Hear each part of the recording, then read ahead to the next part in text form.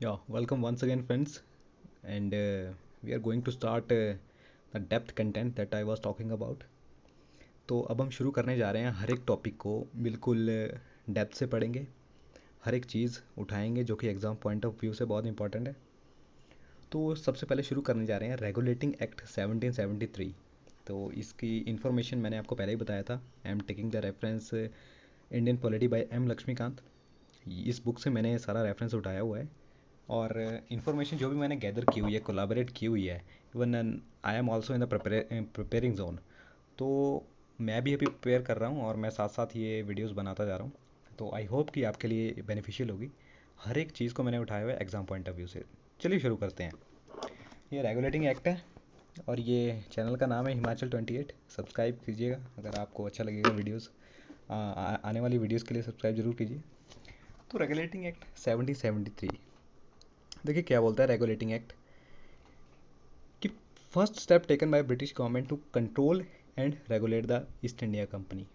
देखिए अब मैंने आपसे पहले भी बात की थी कि कुछ करप्शन वगैरह हो रहा था। 1764 जब बैटल ऑफ बक्सर हुआ था तो उसके बाद से जब रॉबर्ट क्लाइव के हाथ में सारा शासन आ गया था, तो धीरे धीरे ऐसा हो रहा था कि वो रेवेन्यू कलेक्ट कर रहे थे ज़्यादा और ब्रिटिश गवर्नमेंट को बोल रहे थे कि हमारे पास पैसा ख़त्म हो चुका है। मतलब एक करप्शन की बूझ ऐसी आ रही थी। तो रीजंस अगर उठा के चलें तो मेन रीज़न यही था कि जो east India company British government ने भेजी हुई थी वो करप्शन कर रही थी। अब उससे क्या हुआ, जब कंपनी को बोला गया कि हमारे पास पैसा सारा ख़त्म हो गया है, हमारे पास कुछ भी नहीं बचा हुआ है, तो ब्रिटिश गवर्नमेंट ने बोला कि अब ठीक है, अब तुम कमर्शियल अफेयर्स पे ध्यान दो और इधर से पॉलिटिकल अफेयर्स को डील करने के लिए हम लोग भेजेंगे। तो उन्होंने क्या किया, अपना पहला आदमी भेजा जिनका नाम था वॉरेन हेस्टिंग्स। वो वॉरेन हेस्टिंग्स कौन थे? वॉरेन हेस्टिंग्स थे आपके first governor, governor general of the Bengal. पहले गवर्नर बोला जाता था जो कि हमारे रॉबर्ट क्लाइव जी थे, लेकिन जब वॉरेन हेस्टिंग्स को भेजा गया तो वो डेजिग्नेशन चेंज कर दी गई। तो उनको नाम दे दिया गया गवर्नर जनरल। गवर्नर जनरल नाम उनको दे दिया गया। तो मैंने आपको बताया कि first step taken by British government, यहाँ पे ब्रिटिश गवर्नमेंट ने धीरे धीरे इंटरफेयर करना शुरू किया था ईस्ट इंडिया कंपनी के अंदर। नहीं तो पहले क्या था कि ईस्ट इंडिया कंपनी पूरा कंट्रोल रखती थी, अपनी तरफ से शासन कर रही थी। वो लड़ाइयाँ लड़ी उन्होंने और कुछ पोजेशन कर लिया था यहाँ पे भारत में, इलाकों में टेरिटरीज को कैप्चर कर लिया था। कई तरह के जैसे मराठास, निज़ाम्स, कई तरह की लड़ाइयाँ लड़ी उन्होंने। तो यहाँ पे टेरिटरी कैप्चर कर ली। तो 1773 का टाइम ऐसा आ गया कि मतलब ब्रिटिश गवर्नमेंट को अपना बंदा भेजना पड़ा जो कि गवर्नर जनरल थे। अब उसके बाद foundation of central administration in India. देखिए सेंट्रल एडमिनिस्ट्रेशन फाउंडेशन यहाँ पे शुरू कर दी उन्होंने। मतलब कि पहले पावर जो है डिवाइडेड थी। जैसे एक आदमी है, तीन चार आदमी है, तो सबने अपने अपनी पावर्स के साथ वहाँ पे फाइट की और टेरिटरीज को कैप्चर कर लिया। उसके बाद उन्होंने अपने हिसाब से वहाँ पे रूल करना शुरू कर दिया। लेकिन यहाँ पे कुछ ऐसी फाउंडेशन बनना अब शुरू हो गई थी कि सेंट्रल एडमिनिस्ट्रेशन, मतलब धीरे धीरे सेंट्रलाइजेशन की ओर बढ़ रही थी ब्रिटिश गवर्नमेंट इंडिया में। ब्रिटिश गवर्नमेंट पूरी तरह अभी आई नहीं है, अभी जस्ट वॉरेन हेस्टिंग्स को भेजा है उन्होंने एक तरह के सुपरवाइज़र कि देखो वहाँ पे क्या हो रहा है। ठीक है। अब जैसे कि मैंने बताया कि सेंट्रल एडमिनिस्ट्रेशन, तो Madras and Bombay made subordinate to Bengal. ठीक है। उससे पहले क्या था कि मद्रास, बॉम्बे, बंगाल, ये सब इंडिपेंडेंट थे, किसी पे डिपेंड नहीं थे। तो सबके सब इंडिपेंडेंट थे, अपनी तरह से शासन करते थे अपनी अपनी जगहों पे। जैसे मद्रास के जो जो भी वहाँ पे गवर्नर होंगे वो अलग से करेंगे, बॉम्बे के अलग से करेंगे, बंगाल के अलग से करेंगे। जो भी उन्होंने वहाँ पे आदमी बिठाए होंगे वो अपने हिसाब से रूल करेंगे। लेकिन इस एक्ट में इस एक्ट में ब्रिटिश गवर्नमेंट ने कहा कि बंगाल के नीचे तुम्हारे सबऑर्डिनेट रहेंगे मद्रास और बॉम्बे। इसलिए कहा जाता है कि बंगाल। देखिए बंगाल, बंगाल की हिस्ट्री बहुत इंटरेस्टिंग है। कभी टाइम मिलेगा तो बंगाल की हिस्ट्री को लेकर चलेंगे और आज भी बंगाल क्यों इतना इंपॉर्टेंट है इंडिया के लिए, तो चर्चा करेंगे, लेकिन अभी बाद में। तो बंगाल के नीचे सबऑर्डिनेट कर दिया गया मद्रास और बॉम्बे को। ये जो तीन प्रेसिडेंसी थी, अब ये ही तीन क्यों, ये पीछे से आती हुई बातें हैं, 1600 से बातें आई है कि सबसे पहले ब्रिटिश ने कहाँ पे कैप्चर किया है। सबसे पहले मुंबई, फिर साउथ में, फिर उसके बाद ईस्ट में। तो मद्रास, बॉम्बे और बंगाल, ये जो है ब्रिटिशर ने कैप्चर किए थे पहले, ये जो पोर्ट्स कैप्चर किए थे। देखिए सवाल कभी भी ये भी पूछा जाता है कि नॉर्थ में क्यों नहीं है, तो नॉर्थ में पहले मोड ऑफ ट्रांसपोर्टेशन सिर्फ सी रूट होते थे, तो नॉर्थ में वो पहुंच नहीं सके, इसलिए नॉर्थ में उनका थोड़ा दबदबा कम रहा। ठीक है जी, चलिए आगे चलते हैं। अब आगे उन्होंने एक बनाया सुप्रीम कोर्ट। ठीक है जी, कलकत्ता में बनाया गया एक supreme court. Supreme court Calcutta में बनाया, जिसमें एक चीफ जस्टिस था और 3 जज थे। ठीक है जी, 1 चीफ जस्टिस प्लस 3 सबॉर्डिनेट जजेस,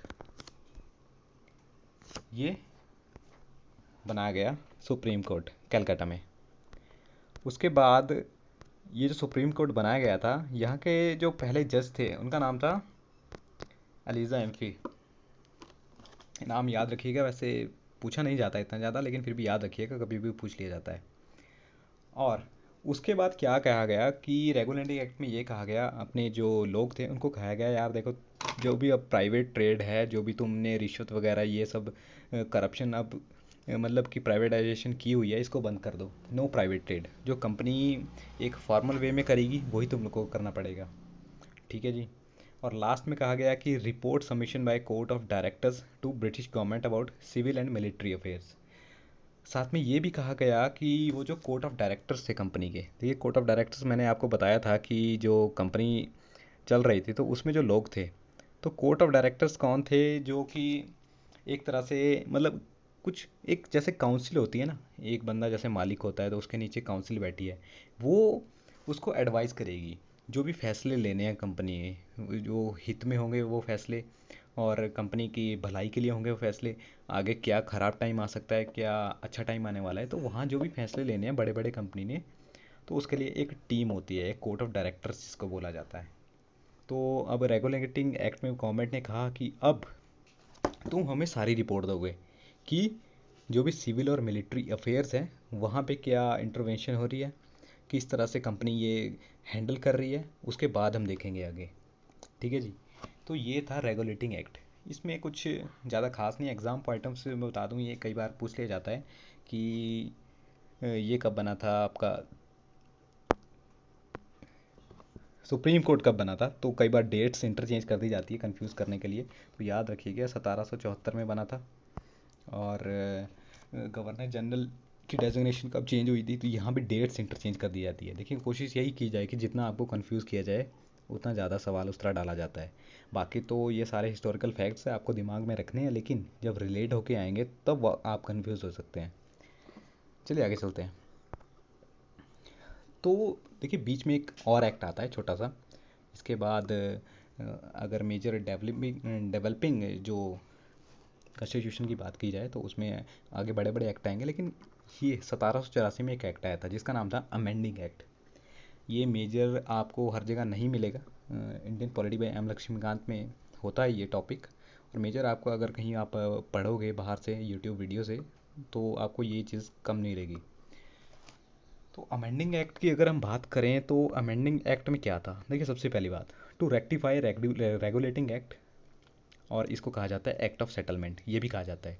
तो सवाल कई बार ऐसे भी पूछ लिया जाता है कि एक्ट ऑफ सेटलमेंट कब आया था, 1784, तो इस तरह से भी सवाल आ जाते हैं। उसके बाद exempted governor general and council from jurisdiction. Jurisdiction किसकी, सुप्रीम कोर्ट की। ठीक है, अब एग्जम्प्ट कर दिया गया, मतलब कि गवर्नर जनरल जो भी फैसले लेगा और काउंसिल जो भी फैसले लेगी उसके ऊपर सुप्रीम कोर्ट जो है कोई भी रिव्यू नहीं कर सकती है। ये एक इस एक्ट में कहा गया कि आपके पास खुली छूट है, आप फैसले लीजिए, सुप्रीम कोर्ट आपसे क्या छेड़छाड़ बिल्कुल नहीं करेगा। ठीक है जी। और रेवेन्यू मैटर आल्सो एग्जम्प्टेड, जो रेवेन्यू अफेयर्स संभाल रही थी टीम, तो उससे भी कहा गया कि आप जो फैसले ले रहे हैं उसके ऊपर सुप्रीम कोर्ट का कोई छेड़छाड़ नहीं होगा। ठीक है, लेकिन ये कहा गया कि supreme court have to take jurisdiction on habitants, मतलब कि हैबिटेंट्स जो कि वहाँ के रेजिडेंट्स थे, इंडिया में जो रेजिडेंट्स लोग रह रहे थे, तो अगर वहाँ से कोई अपील आती है, वहाँ से कोई मतलब न्याय या अन्याय वाला ऐसा काम होता है, तो आपको वहाँ पे इंटरफेयर करना होगा, सुप्रीम कोर्ट वहाँ पे डिसीजन लेगा, सुप्रीम कोर्ट को वो चीज़ें ध्यान में रखनी पड़ेगी, तो सुप्रीम कोर्ट वहाँ इंटरफेयर करेगा हैबिटेंट्स के ऊपर। ठीक है जी। और आल्सो ऑन पर्सनल लॉ, जैसे Hindu law and Muslim law. अब हिंदू लॉ में क्या था कि Hindus were to try it according to the Hindu law and Muslim was to try according to the Muslim law. That is, उसको एक कहा जाता है नेम, ये याद रखिएगा, मोहम्मदीन लॉ। ठीक है जी। उसके बाद next, provincial courts to appeal to governor general, not supreme court. देखिए जो प्रोविंशियल कोर्ट्स थे, जो प्रोविंसेस होते थे, तो वो गवर्नर जनरल के पास जाएंगे, सीधा सुप्रीम कोर्ट के पास नहीं जाएंगे। जैसे अभी भी हमारे होता भी है, जैसे डिस्ट्रिक्ट कोर्ट होता है, फिर स्टेट कोर्ट होता है, उसके बाद में जाके सुप्रीम कोर्ट होता है। तो उसी तरह ये पहले से नियम बन चुका था कि जो प्रोविंशियल, जो छोटे प्रोविंसेस होंगे वो गवर्नर जनरल के पास जाएंगे, सुप्रीम कोर्ट के पास नहीं जाएंगे। ठीक है जी। उसके बाद आता है governor general will frame regulations. तो गवर्नर जनरल को कहा गया कि आप कुछ रेगुलेशंस बनाइए, लिमिटेशन बनाइए प्रोविंशियल कोर्ट्स के लिए और काउंसिल के लिए कि कैसे ये अपना काम कंटिन्यू करेंगे और आगे किस तरह जो चीज़ें होंगी उस पर आप पूरा ध्यान रखेंगे। स्पेशली पर्पस तो यही था वॉरेन हेस्टिंग को भेजने का कि वहाँ पे जो भी चीज़ें हो रही हैं वहाँ पे आपको रेगुलेट करनी है, चीज़ें बांध के रखनी है अपने दायरे में, कुछ भी गलत नहीं होने देना है। हालांकि हुआ तो कुछ और ही था, ये हम भी नहीं जानते, लेकिन किताबों में लिखा हुआ है, तो हम तो ऐसा ही मान के चलेंगे कि जब वॉरेन हेस्टिंग्स आए थे तब भी करप्शन हुआ था, पहले भी हो रहा था और उसके बाद भी हुआ था जब तक वॉरेन हेस्टिंग रहे थे। तो चलिए, ये 2 एक्ट मैंने पढ़ाए आपको, रेगुलेटिंग एक्ट और अमेंडिंग एक्ट। यहाँ ये शॉर्ट नोट्स है, काफ़ी इंपॉर्टेंट हो सकते हैं आपके लिए। बाकी आप वर्बल इंफॉर्मेशन पे ज़्यादा ध्यान दीजिए, और जो कि मैं प्रोवाइड कर रहा हूँ, क्योंकि वो वर्बल इंफॉर्मेशन बहुत सारी चीज़ों से कोलैबोरेट की गई है, तब जाके मैं आपको बोल रहा हूँ। चलिए मिलेंगे अब नेक्स्ट वीडियो में, वहाँ पे मैं कंटिन्यू करूँगा आगे पिट्स इंडिया एक्ट के साथ। तब तक के लिए जय हिंद।